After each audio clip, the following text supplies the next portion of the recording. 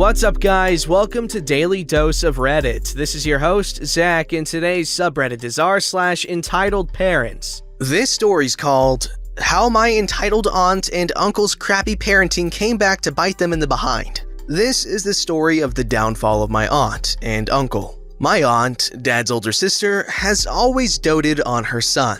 I'm Indian, and in my country, son preference is a pervasive social disease. Most people, regardless of social status, religion, etc., place great value in their sons, and daughters are seen as a burden on the family. My aunt was no exception. Ever since she was a kid, she had this messed up, one-sided competition with my dad. I, a woman, am my dad's only child. This gave her an opportunity to constantly make passive-aggressive remarks that my dad was so unfortunate to have a daughter. His line would end with him, etc., etc. She and her husband spoiled their son to the point that he became a narcissistic bully. He would often mock my stutter, cheat on his girlfriends, and make unreasonable demands of his parents. But did they ever try to discipline him and say no to him? Of course not. Their prince could do no wrong. If he made fun of my stutter, I was a piece of trash who deserved it. If he cheated on his girlfriend, she must have neglected him. If he made sexist remarks about his female boss, well, he's a man. You get the picture. Years went by and he just kept getting worse. When he was living with them, he at least pretended to respect them. But when he landed a very high-paying job and was able to move out, it was as if he forgot they even existed. He and his wife hardly ever spoke to them. By now, my uncle had retired. My aunt had never worked. They had very little money left as they had spent it all on their son. They had paid for his education, his vacations, his wedding. Now they barely had enough to put food on the table. My dad would help them as much as he could. In 2011, my cousin's wife became pregnant, and during her third trimester, my cousin asked his parents to move in with him and his wife. We all knew it was because they wanted free caretakers for the baby. But my aunt just couldn't shut up about how wonderful her son was for wanting to take care of his parents. By now, I was well established in my field and was looking forward to a successful career. She taunted my father one last time, saying my education and career would be of no use as I was just a daughter and could never take care of him the way her son would take care of her. My dad just smiled and wished her well. She and her husband moved to my cousins, who lived in another city. My dad would often receive calls and texts from her bragging about what a great life they had. She sounded a bit too chipper. My dad began to suspect that all wasn't right. About 6 months after they left, my dad said he was going to visit them as he was getting worried about his sister. He asked me and my stepmom to accompany him. We reluctantly agreed. We arrive at their place and it is truly stunning. A luxurious home in a posh locality. This was no surprise, as my cousin is very successful. What did shock us was the way he was treating his parents.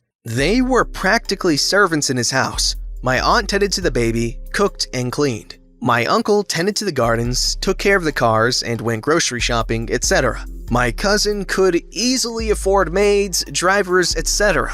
But why would he when his parents were now his free slaves? What was even worse was the way he treated them. My cousin-in-law would often yell at my aunt and would just order her around. My uncle had this vacant and defeated look in his eyes. I never liked him, but couldn't help but feel a tinge of pity. My dad took my aunt aside and told her that she didn't have to live like this, that he could make arrangements for her and her husband. My aunt put on a fake smile and said, "Nonsense, we couldn't be happier." Anytime my cousin or his wife said anything cruel to her or told her to shut up when she tried to make conversation, my aunt would put on a smile and act as though it was just the sweetest thing anyone has ever said to her. It would have been funny had it not been so pitiful. Memories of all the horrible things she had said and done to me and my dad were still fresh in my mind, and the schadenfreude was real. My aunt's fake, rueful smiles and the way she tried to cover up how her son was really treating her is the cringiest thing I have ever seen. My aunt and uncle often stressed the importance of having a male heir. They claimed that their son would be their provider while I, a daughter, would be a burden till the day I was married off. Surprise, surprise, the exact opposite has happened. while they were basically slaves in their son's house. I'm unmarried, have a loving partner, wonderful pets and friends, and a great career. My dad has his own restaurant and seems very happy with his work. Entitled parents often assume that their kid can be a booty hole to everyone else, but he would never do that to them. Boy, are they in for a shock.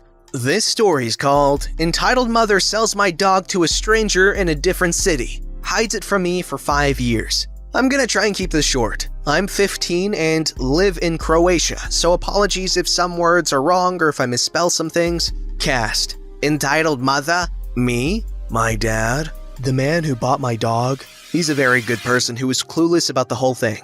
Backstory: I had a small dog called Bongo. I know it's a weird name, but I was young and I really wanted a dog named Bongo. Bongo went missing when I was 10, so my mom said. I was very sad when that happened and didn't talk to anyone for a week. My mom tried to cheer me up by taking me to the toy store and to buy me a Hot Wheels car, but she mostly bought herself clothes and shoes, and I only got 3 Hot Wheels cars. Only because that day it was a buy 2 get 3 deal for them. And now the main story. A couple of weeks ago, I was going to a car meet in Zagreb when I spotted a dog that looked exactly like my Bongo. Bongo has his left eye missing because of another dog who was attacking him, so that's why I knew it must be him. I told my dad I would be back in a minute and walked up to the man who was walking him. Conversation as follows, everything was translated from Croatian. Excuse me, sir, may I see your dog for a second? Yeah, sure, he's very good with people, he's not gonna bite. May I say he looks exactly like my dog? Oh, what's his or her name? His name was Bongo? His name is also Bongo. Sir, where did you get this dog? At this point, the dog started to whine out of happiness and started jumping around like crazy. I bought him from a lady 5 years ago. My heart sank to the floor. Can you please describe the lady who sold you the dog? Short, dyed blue hair, had a small blue purse and drove a white Kia? You literally just described my mom? She said my dog went missing 5 years ago. I asked the man if he could come over to our house with Bongo to ask my mom a few questions. He said yes. I explained everything to my dad, and he also recognized the dog. When we got home, when Bongo stepped into my house, when my mom saw him and the man, everything started coming together. I wish you could have seen my mom's face, white as a ghost. We had a serious talk for several hours, and Bongo ended up back with me. We helped the man get another dog and kept in touch. I stopped talking to my mom and I'm still not talking to her. And also, my mom is a serious liar and a horrible person who did many other bad things, which I won't talk about now, maybe some other time. Hope you have a nice day. Okay, wow, that is an amazing coincidence that he just happened to run into his dog. That's absolutely crazy. And that mother is definitely not a very good person for doing that. Oh my gosh, that's actually horrible, but at least they got the dog back. Like, that is amazing, actually. Like, I'm surprised the dude just gave his dog of 5 years, back to the previous owners. Like, that is a really good dude there. This story's called Racist Entitled Dad Tries to Kill Me and My Father Over a Video Game. I've posted this story before in other subreddits because I didn't have enough karma. Now that I do, it's time to share my second most scary childhood story. So a little backstory. In my country, every village has a single priest to work the church every Sunday morning. So every priest in every village is a loved man and is considered something like God's associate. So he is a very respected man. The incident happened back when the PS2 was a huge thing, and me and my family just moved in the village. So me and the priest's son, we are the only kids in the whole village that own a PS2, and that was great. We were always talking about games and stuff, and at the beginning, we were good friends. Until one day. We were in our second recess in school, and I told the kid that I just got GTA San Andreas from a delivery I made a few days before. The kid was absolutely stunned that I managed to have this game because the village is very religious. And you guys know what GTA San Andreas is, I hope. And he begged me to trade it with him for a copy of FIFA 2005, which had online mode too. I really liked the kid at the time, so I said sure, why not? I told him I would give it to him for a week. It was Monday. so I would have it back the next Monday. So I gave it to him as soon as I got it from the post office after school. Huge mistake. Next week, I asked him for the game, and he said that he wanted to finish the game first and then give it back later. I told him that I didn't agree to that and told him to buy his own copy if he wanted to finish it. And I demanded him to give it to me. He said that he didn't give a crap and also added that N-words like me shouldn't own the game anyway. I am black and I get easily offended by comments like this. So I grabbed him by the throat and shoved him down in the ground and told him that if he called me that again, I would beat his booty. I was like a really tall kid and we were both like 11 to 12 years old. He cried and shouted for a teacher to save him. A teacher came and separated us and asked us what happened. I told everything, and the teacher didn't even bother to ask the other kid's side of the story since it was known that he is very spoiled. Let's call the teacher Miss Amy. So Amy was new to the school and didn't have any past experiences with this kid or the priest. We were both taken to the principal's office and Amy told what happened, but the principal didn't punish the kid because he was afraid of the priest and let us go. On the way out, the kid said that he would tell his dad about everything and that he would make me go back to Africa and Amy to go work as a hooker. Now here enters entitled parent aka priest. Next day, I went to school. As soon as I got off the bus, I was confronted by the priest who slapped me and took me to the principal's office. He asked the principal to call Amy in the office too, and my parents. When my parents arrived, they were afraid of what the priest would do to us since we were black and new to the village. He slapped me again in front of my parents and said that I should be ashamed that I made his angel cry.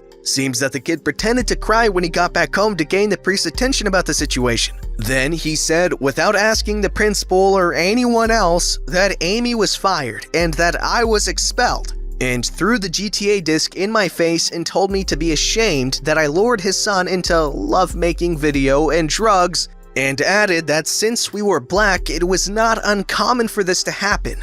I flipped. I was beyond urinated at this point. But my father told me not to say anything, as it turns out he was recording the whole time and took the 12-minute recording to the head office of all the churches. I don't know how to translate the name in English. So basically, where the Pope was in charge of everything. We waited in line with my father for 4 hours until we finally got to see him. We introduced ourselves and told him the situation and played the recording. When the recording was done, he asked us for the priest's name. We told him and he said that he was fed up with him as he used to abuse his power at the previous village too. He dismissed us and told us not to worry about him. 5 days later, the kid left the school and his father got fired and left the village with his family. I was kinda happy when he left, even though the other villagers were angry at us. They didn't act, yet when they did, well, that belongs in another story. Everything went normal and I thought we had gotten rid of him for good. Until 1 month later, me and my dad were driving to the mall until we saw a red pickup truck coming at us full speed. It crashed into us from the right side and the driver got out of the driver's seat, and in my horror, I saw that priest looking at me with hatred in his eyes. And for 12-year-old me, that was hella scary. But I didn't notice that he had a gun in his hand. He was yelling that if us N-words didn't leave his country, he was going to kill us. We called the cops and a passenger from another car sneaked behind him and held him down until they came. When they did, it was obvious that the ex-priest was drunk and had an illegal possession of a gun. He was cuffed and taken away and also had to pay for the damages. Thank God me and my dad survived this. That priest had absolutely no business being a priest. And you know what? Despite all these, all the reports of priests doing things they shouldn't be doing, you know what I'm talking about. I've never personally met a mean priest, but that's probably because I haven't met many priests. So yeah, that priest, bad guy, obviously. The kid, he's a punk. There's no other way to put it. I mean, I could get more creative, but you know, demonetization. This story is called Entitled Mother Demands a Slushie. So while I was a senior in high school, I worked in a Kmart for the Christmas season. One night, about 10:30 p.m., right before closing, a mother and daughter walk in. The daughter looked like she was in pain, and the mother makes a beeline for me. "Excuse me, can my daughter have a slushie?" A bit of context. The Kmart I worked at was one that had a pizza chain in it that, when open, served slushies. "I'm sorry, I don't work for pizza chains, so I can't get you the slushie." My daughter just had her wisdom teeth pulled and needs a slushie to help with the pain. I knew that it would make her daughter's situation a bit worse by causing a dry socket. Plus, only pizza chain employees were allowed to turn on the slushie machine or any beverage machine in the section. I can try, but like I said, I'm not authorized to turn on the machine. Just try.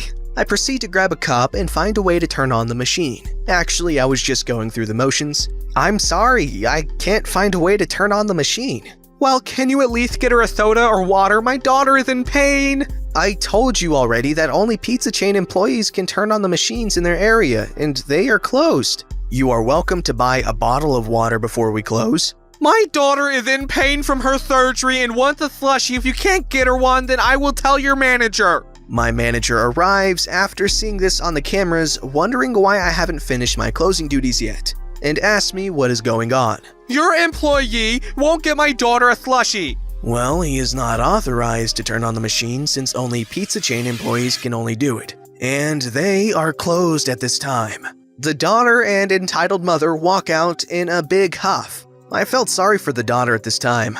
Some people's parents. Man, these entitled parents need to get more original. How many of them need to go to a restaurant after they're closed? Come on! Don't forget to like, subscribe, and hit that bell to never miss an episode.